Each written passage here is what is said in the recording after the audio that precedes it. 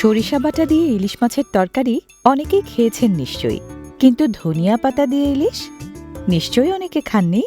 সেজন্যই তো আজকে আমাদের এই আয়োজন। প্রিয় দর্শক, স্বাগত জানাচ্ছি মাটির হেসেল অনুষ্ঠানে।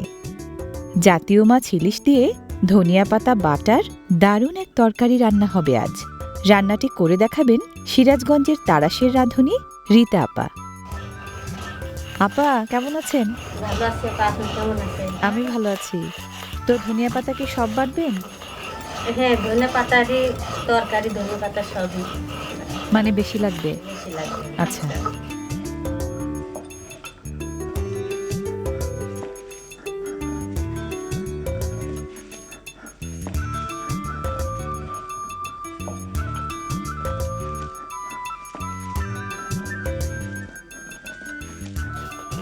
আপা একটু ধনিয়া পাতা দেন না কয়েকটা।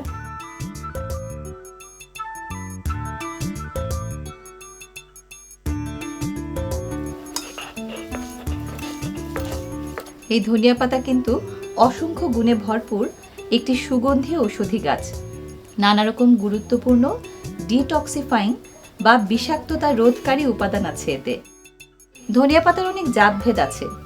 আমরা যে ধনিয়া পাতাটা খেয়ে থাকি এটাকে অনেকে বাংলা ধনিয়া পাতাও বলে, যার বৈজ্ঞানিক নাম কোরিয়েন্ডাম স্যাটিভাম।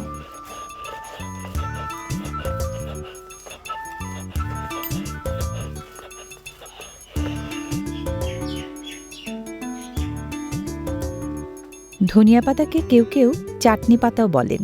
চাটনি, ভর্তা, সালাদ কিংবা তরকারি যে কোনো খাবারের স্বাদ বাড়ায় সুগন্ধি ধনিয়া পাতা।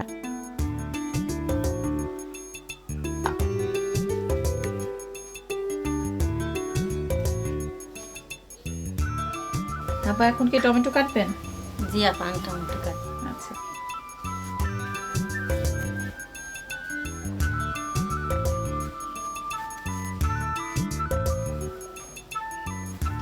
প্রতিটা টমেটো 4 টুকরো করে। ইলিশ মাছ কেটে টুকরো করা হয়েছে আগেই।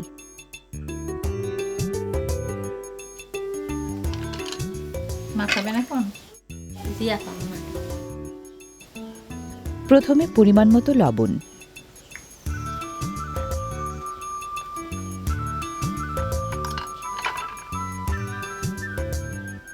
এবার খানিকটা হলুদের গুঁড়া,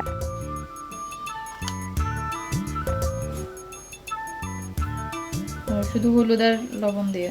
জি আপা। রূপালী ইলিশ আমাদের জাতীয় মাছ, সবার খুব পছন্দের মাছ, দারুণ স্বাদের মাছ। যে খায় সে ভাগ্যবান, বুদ্ধিমান। যে খায় না, যে পায় না, সে হতভাগা।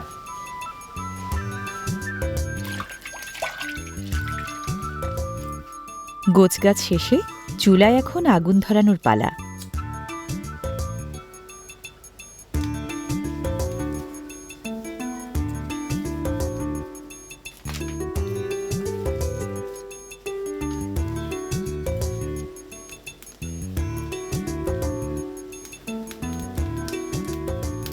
পরিমাণ মতো সরিষার তেল ঢেলে কড়াইয়ের গায়ে নেড়েচেড়ে মাখিয়ে নেওয়া হলো।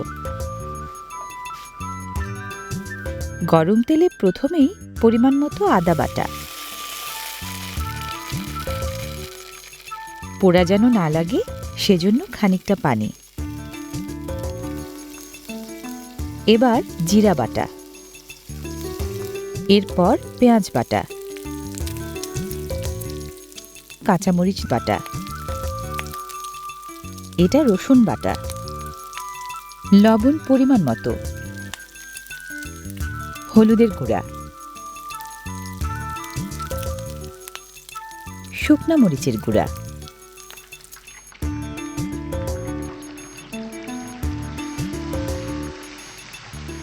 নেড়েচেড়ে কষানো হচ্ছে মশলা।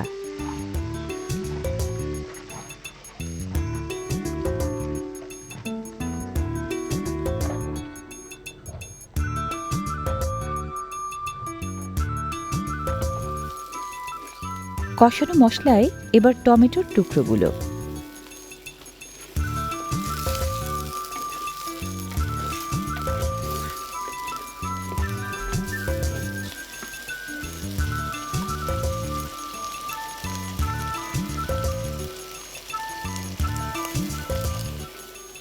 বেশি করে পানি দেয়া হচ্ছে ঝোলের জন্য।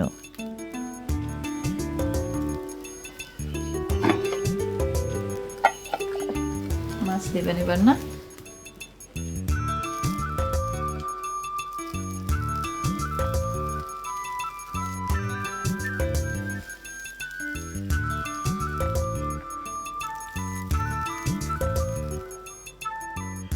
খানিকটা নেড়েচেড়ে এবার ঢাকনা দিয়ে ঢেকে জাল।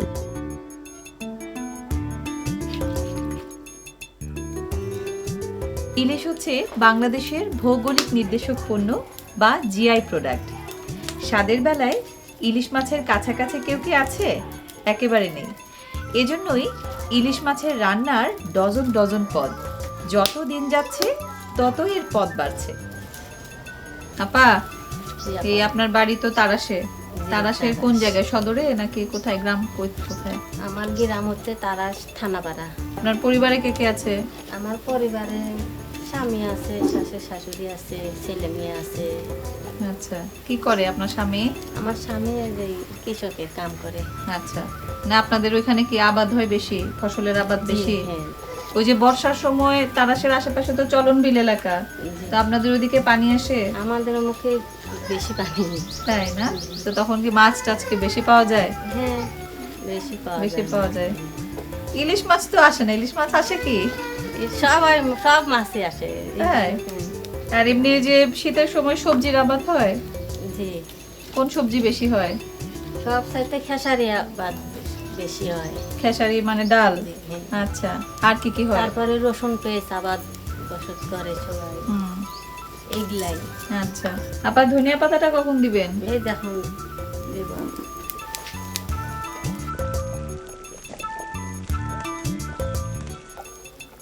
11 রকমের এসেনশিয়াল অয়েল, 6 রকমের অ্যাসিড, নানা ধরনের ভিটামিন, মিনারেল ও অন্যান্য উপকারী উপাদান আছে এই ধনিয়া পাতা বাটায়। ধনিয়া পাতা দিয়ে তরকারির রংটা একদম সবুজ হয়ে গেল না? জি আপা। সবুজের মধ্যে লাল টমেটো।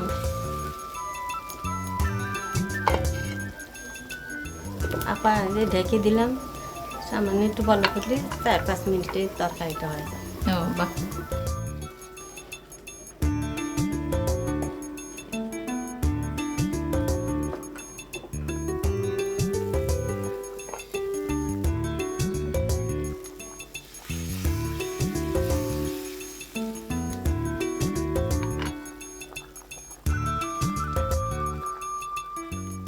পানিতে কয়েকটা আস্ত কাঁচামরিচ ধুয়ে তরকারিতে দেয়া হলো স্বাদ ও গন্ধ দুটোর জন্যই।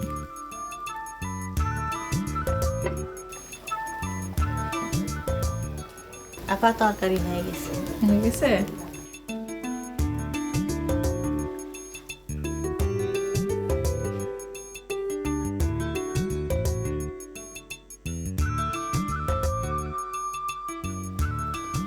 বাহ, দারুণ। জাতীয় মাছ বলে কথা, সবচেয়ে সুস্বাদু মাছ বলে কথা। ইলিশ মাছ দিয়ে আপনি যত নতুন নতুন রান্না করবেন ততই উদ্ভাসিত হবে এর রূপ আর স্বাদ। ধনিয়া পাতা বাটা দিয়ে ইলিশ মাছের রান্নাটা একবার করেই দেখুন। আমি নিশ্চিত আপনাদের রসনা তৃপ্তিতে যোগ হবে নতুন মাত্রা। আজকের মতো বিদায় নিচ্ছি। মাটির হেসেল অনুষ্ঠানের আগামী পর্বে আবার দেখা হবে। সে পর্যন্ত ভালো কাটুক আপনাদের সবার সময়। আপা, আপনি অনেক সুন্দর রান্না করছেন। আপা আপনি খুশি হয়েছেন, আমিও খুশি হয়েছি।